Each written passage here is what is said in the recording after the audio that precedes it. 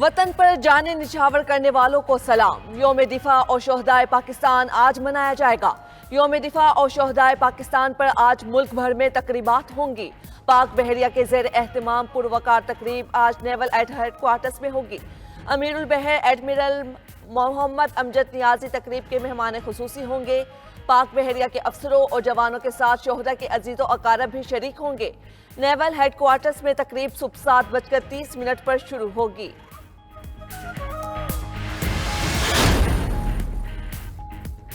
Army chief general Syed Asim Munir का 2 रोज़ा दौरा उज़्बेकिस्तान। आर्मी चीफ की उज़्बेकिस्तान के सदर शौकत मिर्जा से मुलाकात। ISPR के मुताबिक उज़्बेक वज़ीर दिफा के अलावा चेयरमैन सिक्योरिटी सर्विस और सेक्रेटरी से भी मुलाकात हुई। आर्मी चीफ ने बाहमी तरबीती ताउन और खुफिया मालूमात के तबादले में वसअत पर जोर दिया। उज़्बेक मुसल्लह अफवाज के तरबियती मयार, तैयारी, इलाकाई इस्लामती उमूर से आगाही को सराहा। उज़्बेक वज़ारत दिफा पहुंचने पर आर्मी चीफ को गार्ड ऑफ ऑनर पेश किया गया। आर्मी चीफ ने ताशकंद में यादगार शोहदा पर हाजिरी दी, फूलों की चादर चढ़ाई।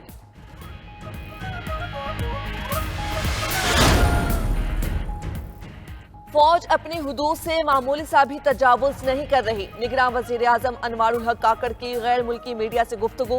बोले, अब तक ऐसा नहीं लगा हुकूमत को डिक्टेट किया जा रहा है। फौज हुकूमत को हर उस मामले पर इनपुट देती है जो मांगते हैं।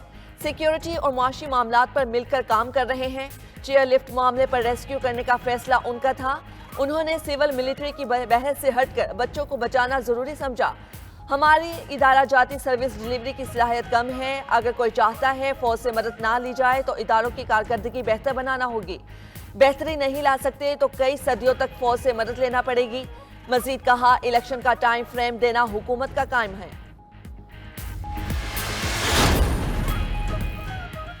चौधरी परवेज इलाही को रिहा होने के बाद दोबारा गिरफ्तार कर लिया गया। साबिक वजीर आला पंजाब को इस्लामाबाद हाई कोर्ट के हुक्म पर रिहा किया गया था। इस्लामाबाद पुलिस लाइन से रिहाई के वक्त परवेज इलाही के वकील अब्दुल रज़ाक भी साथ थे। कैपिटल पुलिस के मुताबिक परवेज इलाही को थाना CTD के मुकदमा नंबर 3/23 में दोबारा गिरफ्तार कर लिया गया। SHO थाना रमना की मुद्दत में मुकदमे में दहशतगर्दी समेत 11 दफा शामिल। परवेज इलाही की 18 मार्च के जुडिशियल कॉम्प्लेक्स हमला केस में गिरफ्तारी डाली गई।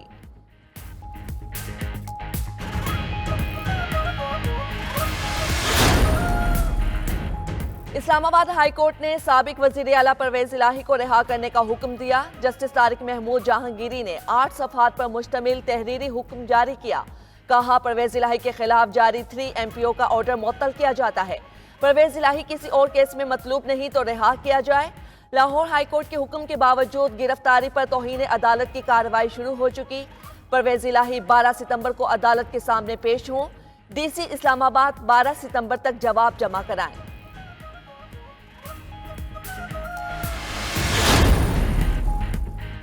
लाहौर हाई कोर्ट का चौधरी परवेज इलाही को आज पेश करने का हुक्म। परवेज इलाही को हब्से बेजा में रखने के खिलाफ दरख्वास्त पर समाअत हुई। जस्टिस मिर्जा वकास ने इस्तिफसार किया, किस अथॉरिटी के तहत परवेज इलाही को इस्लामाबाद ले जाया गया। एडवोकेट जनरल ने बताया कि परवेज इलाही की नजरबंदी का हुक्म मुअत्तल हो चुका। अदालत ने रिमार्क्स दिए, नया हुक्म जारी नहीं कर रहे, पुराने पर अमल की बात कर रहे हैं। अगर किसी को पुराने हुक्मनामे पर एतराज है तो उसे चैलेंज करें।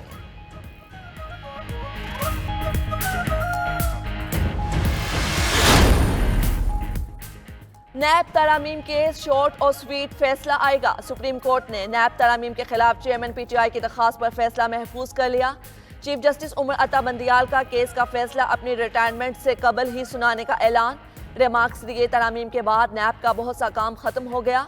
अब कानून में रियासती असासों की करप्शन, स्मगलिंग या सरमाए की गैर कानूनी मुंतकली जैसे जराइम की ठोस वजाहत न होना मायूस कुन है। जस्टिस एजाजुल एहसन ने कहा, ज़ेर इल्तवा तहकीकात और इंक्वायरियां तरामीम के बाद सर्दखाने की नजर हो चुकी। अरबों रुपए के केसेस फ्रीज करके हाथ खड़े कर दिए गए। ऐसा नहीं पार्लियामेंट जो चाहे कर दे।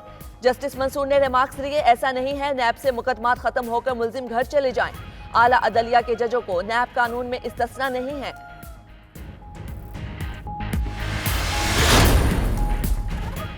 मुस्लिम लीग नून के कायद नवाज शरीफ का मीडिया से राब्ता रखने का अज़्म। लंदन में सहाफ़ी के सवाल पर बोले, मीडिया से राब्ता नहीं रखना तो फिर किसके साथ रखना है।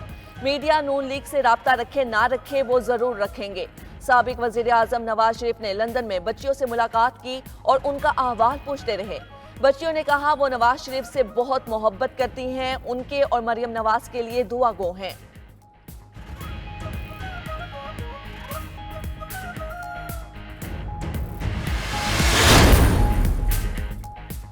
इलेक्शन तक पीटीआई का खैबर पख्तूनख्वा से सफाया कर देंगे, परवेज खटक का दावा। तहरीक इंसाफ पार्लियामेंटेरियन के सरबराह का नौशहरा में कारकुनों से खिताब। बोले, चेयरमैन पीटीआई कहते थे किसी को जाने से फर्क नहीं पड़ता, लेकिन वो बताना चाहते हैं उन्हें फर्क जरूर पड़ेगा। जिन लोगों की वजह से पीटीआई ने हुकूमत बनाई थी, आज वो तहरीक इंसाफ पार्लियामेंटेरियन में शामिल हैं।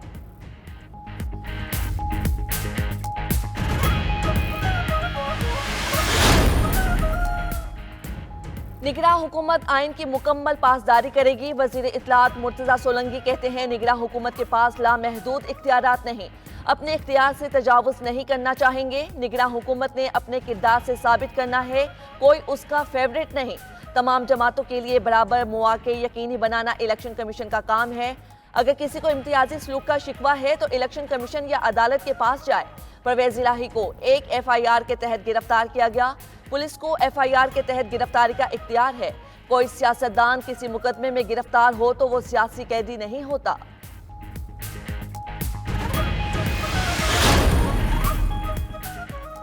चीनी की कीमतों में इजाफे की वजह लाहौर हाई कोर्ट के हुक्म इम्तिना है। चीनी की कीमतों में इजाफे पर खुफिया रिपोर्ट पंजाब हुकूमत को पेश। रिपोर्ट के मुताबिक चीनी पर हुक्म इम्तिना ने कीमतों में इजाफे की राह हमवार कर दी। भट्टाखोरी के मिलकर शुगर मिल्स और सट्टाबाजों के जरिए नाजायज मुनाफा कमाया जा रहा है। क्रशिंग सीजन के दौरान मुल्क में 7.73 मिलियन मैट्रिक टन चीनी पैदा हुई। पंजाब के ज़खायर मरबूत खित्ते की जरूरियात को पूरा करने के लिए काफी थे।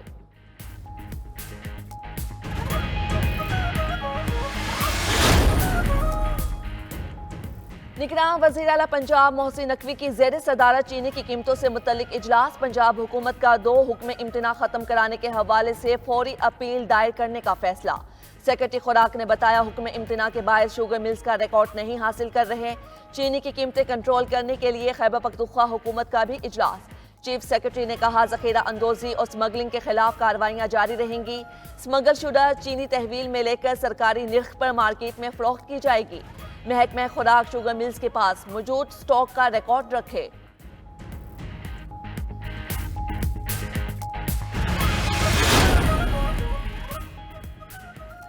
तमाम सियासतदानों और कारोबारी शख्सियात की शुगर मिल्स की मॉनिटरिंग शुरू। FBR ने तमाम शुगर मिल्स की सेल्स और स्टॉक का रिकॉर्ड मुरतब करने के लिए मॉनिटरिंग टीमें तैनात कर दी।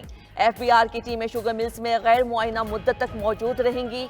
FBR की टीमें सेल्स टैक्स चोरी रोकने के लिए डेटा मुरतब करेंगी। दूसरी जानिब वज़ीर आज़म की ज़ेर सदारत इजलास में स्मगलिंग की रोकथाम पर गौर। वज़ारत तिजारत ने वज़ीर आज़म को स्मगलिंग के सद्देबाब की हिकमत अमली से आगाह किया।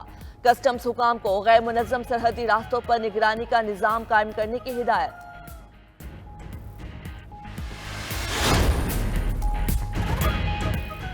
होलसेल सतह पर चीनी की फी किलो कीमत में 2 रुपए तक कमी हो गई। कराची में होलसेल सतह पर चीनी की फी किलो कीमत 178 रुपए मुकर्रर। एसोसिएशन के मुताबिक कराची में रिटेल सेट सतह पर चीनी की कीमत 185 रुपए किलो है। होलसेल कीमत में कमी के साथ रिटेल कीमत में भी कमी का इम्कान है। कराची के बाज़ इलाकों में चीनी की 200 रुपए फी किलो में फरोख्त जारी। सिंध के मुख्तलिफ अजला में चीनी 180 से 190 रुपए किलो तक दस्तयाब। कोयटा में फी किलो चीनी 220 से 230 रुपए में फरोख्त होने लगी। पेशावर में भी चीनी 190 रुपए किलो मिलने लगी।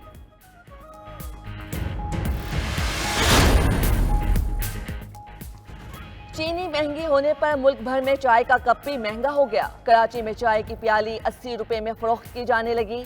इस्लामाबाद में चाय का कप 80 से 100 रुपए में फरोख्त। मुल्तान में चाय का कप 50 से बढ़कर 70 रुपए का हो गया। कोयटा में होटल मालिकान ने एक कप चाय की कीमत 80 रुपए मुकर्रर कर दी। पेशावर में चाय के कप की कीमत 40 से बढ़कर 50 रुपए हो गई।